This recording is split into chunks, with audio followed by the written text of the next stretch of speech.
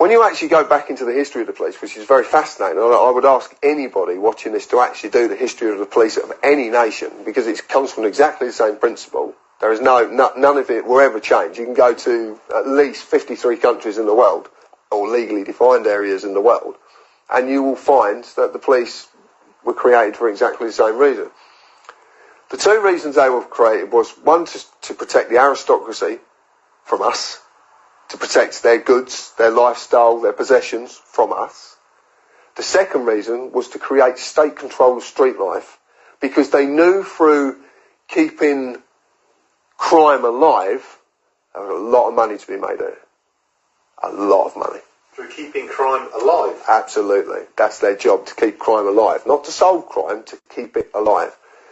What they did is they structured what's called a private political army.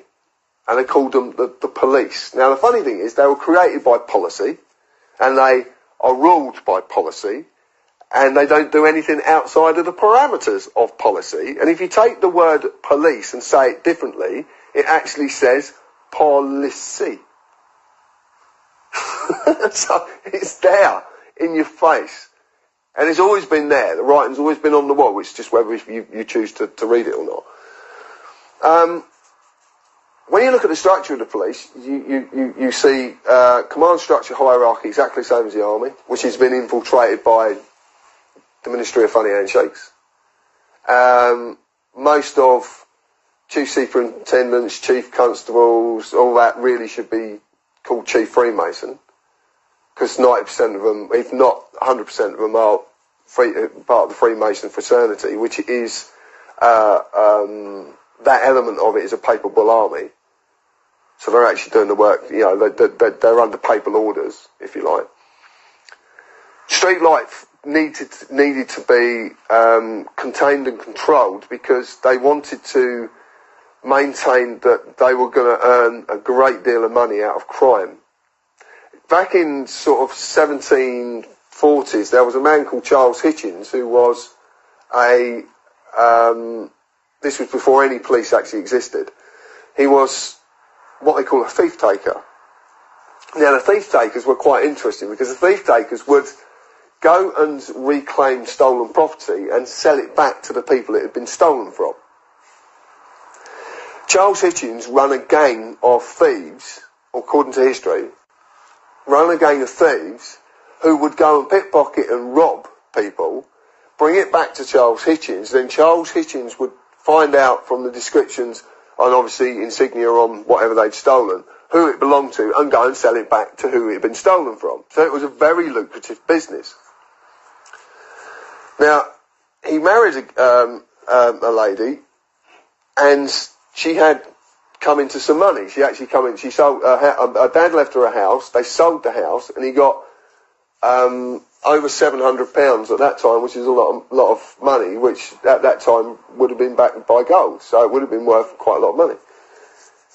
So anyway, he decided he was going to buy himself a position, and he bought himself the position of High Sheriff of the City of London. There was two of them. He bought this position. He wasn't elected, he wasn't given it, he bought his position. He then did exactly the same, but just run bigger gangs, but using the smoke screen of being the High Sheriff of the City of London. He was then caught doing it. It was actually, I'm sure a man was called Jonathan Wilde. That seems to ring a bell.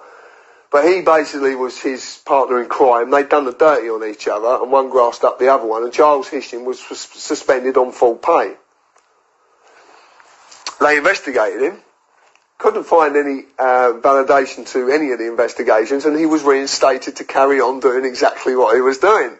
So this man was earning a very profitable living out of the state control of street life, i.e. the thief takers.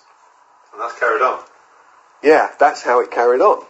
So, in the end, funny enough, he was arrested for sodomy and was tried for homosexuality and convicted. If the government could throw a switch tomorrow that would stop all crime and criminal activities, would they throw it? No, they make too much money from it. Because 90% of the crime, or 99% of the crime they perceive that is crime, is actually called victimless crime. There is no victims. And crime can only exist if there is a victim. If there is someone who harm, injury or loss was caused to. If you go for a speed camera, who have you injured? Who's had some form of loss? Where's the damage? There is nothing. So it's a victimless crime. If you park in the wrong place and receive a parking ticket, where's the crime? So crime does pay if you're the government. Absolutely. And that's exactly, crime does pay. There's a little saying that's going about at the moment, actually, that's very, very fascinating. And they're saying, please don't grow cannabis because the police hate competition. So no one really gets that. But when you discover that the police and the courts have something called a bribery manager, you start to realise what really is going on.